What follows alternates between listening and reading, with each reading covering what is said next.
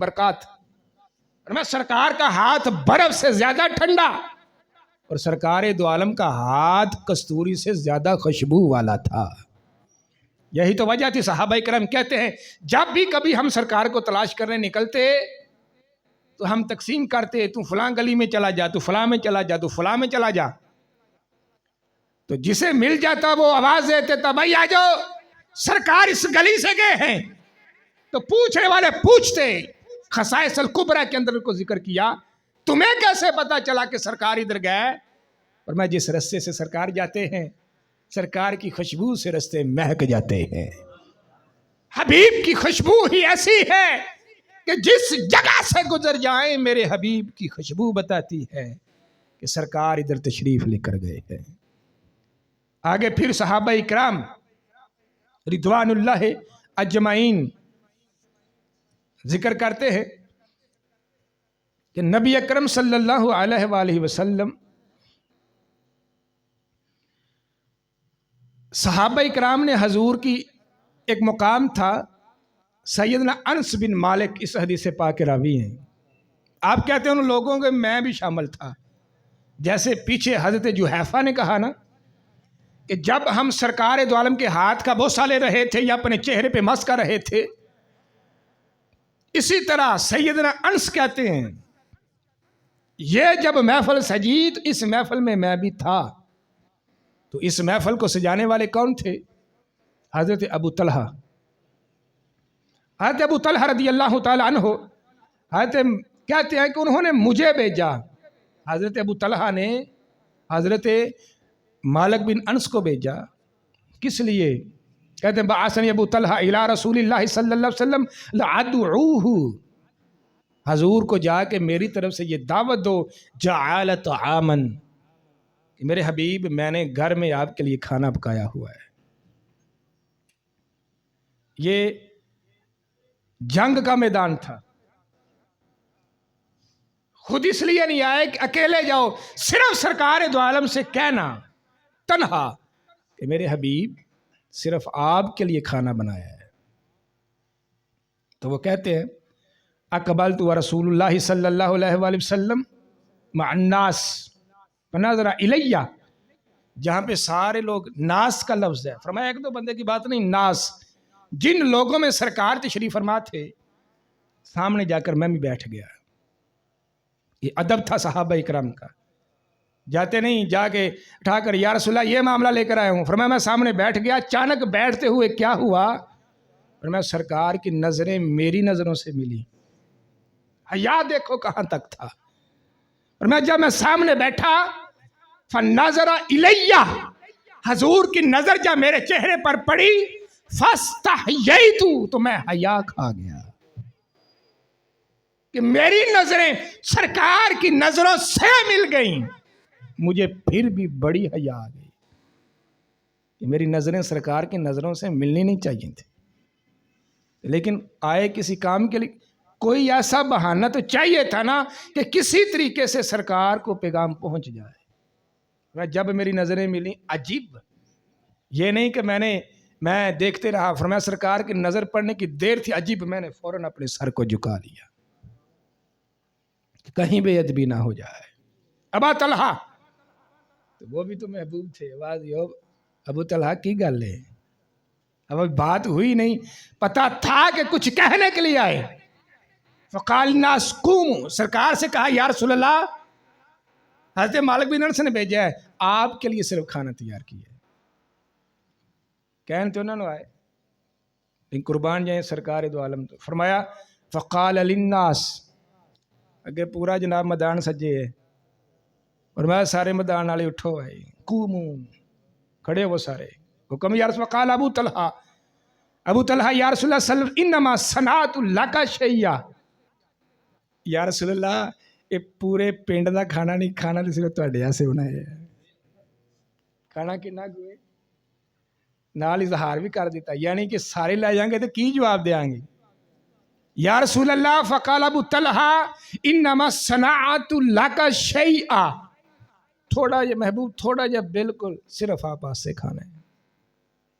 سرکار دو عالم نے فرمایا کوئی گل نہیں, ਘਰ ਵੀ ਗਏ ਤੇ ਨਾਲ ਇਹਦਾ ਮਨ ਇਹ ਵੀ ਯਾਰ ਰਸੂਲਾ ਇੰਨੇ ਬੰਦਿਆਂ ਜਿੱਡਾ ਤੇ ਮੇਰਾ ਘਰ ਹੀ ਨਹੀਂ, ਜਿੱਥੇ ਬਹਿ ਕੇ ਰੋਟੀ ਖਾਣੀ ਹੈ ਬੈਠਕ ਜਾਂ ਮੇਰਾ ਵਿਹੜਾ, ਮੇਰੇ ਹਬੀਬ ਉਹ ਤੇ ਇੰਨੇ ਲੋਕ ਆ ਵੀ ਨਹੀਂ ਸਕਦੇ। ਦੋਵੇਂ ਹੀ ਮਜ਼ਦੂਰੀਆਂ ਨੇ, ਨਾ ਇਹਨਾਂ ਖਾਣਾ ਹੈ ਤੇ ਨਾ ਐਡਾ ਮੇਰਾ ਘਰ ਹੈ। ਦੋਵੇਂ ਹੀ ਤਕਸੀਮਾਂ ਸਰਕਾਰ ਨੇ ਵੇਖੋ ਵੰਡ ਕਿਵੇਂ ਕੱਢੀ।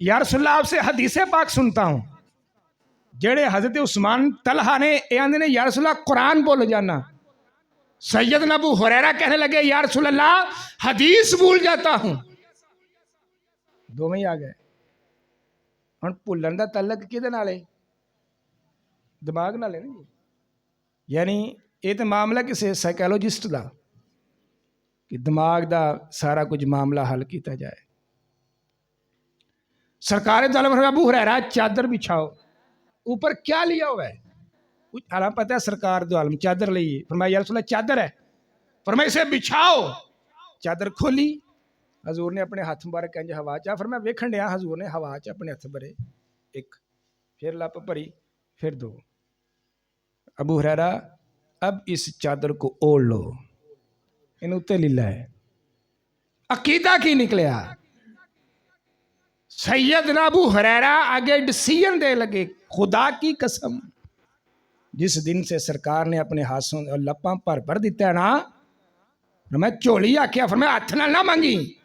فرمایا یہ وہ در ہے جہاں سے قطرہ کسی نے مانگا میرے کریم سے دریا بہا دیے ہیں دربے بہا دیے ہیں. فرمایا اتھے قطرے دی گل نہیں اتھے بوکنا نہیں اتھے چولی اڈ. فرمایا تیری جولی چھوٹی ہے آنکھیں بند ہیں پھیلی ہیں جولیاں کتنی بھیک یا رسول اللہ تیرے پاک در کی ہے. حضور نے لپ بھری اتنے لئی اگو قسم کھا کے آکھیا جس دن سے سرکار نے لپ بھر کے دیا نہ میں حدیث کی زبر بولا نہ میں حدیث کی زیر کو بولا ہوں. پھر حضرت زبیر آ گئے. تیر بجا اکھ تیر. یہ تیر کوئی سجندہ نہیں تیر دشمن کا لگا ہوا. ڈیلا پچک یعنی بالکل بہ گیا گال پر. ایک ڈیلا نا یہ تیر وجہ پچک بالکل یعنی اس طرح جس طرح رومال ہے اس طرح پچک گیا ختم.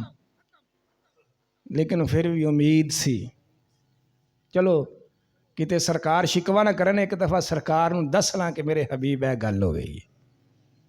حضور کی بارگاہ میں تیر لگی ہوئی آنکھ لے آئے. تو یا رسول اللہ یہ تیر مجھے بدر کی میدان میں لگا ہے آنکھ میری بہ گئی. حضور نے ہاتھوں بار کے نا تیرے دستے ایک دس کی برکتیں. سرکار نے وہ ڈیلا لایا تیر نالوں ہاتھ رکھیا. سرکار نے آکھیا میرے لاگے آؤ. اللہ اکبر. سرکار نے نہیں کرے گے ڈیلا اتنے رکھیا. سرکار اکھ بھی آپ نے فیصلہ کیا کیا انہوں کا نام پہ گیا. قسم کھا کے کہا اتنی آنکھ میری وہ روشن نہیں جو اللہ کی ہے. اللہ کی آنکھ سے میری محمد کی آنکھ زیادہ روشن ہے. انہوں کا نام یہ پہ گیا اللہ محمد کی آنکھ والے. میں اتنا نظر مجھے رب کی آنکھ سے نہیں آتا اب جتنا نظر سرکار کی آنکھ سے آتا ہے. دوجے صحابی رسول پگڑی لویٹی اپنی ٹوٹی لت تے پنڈلی تے.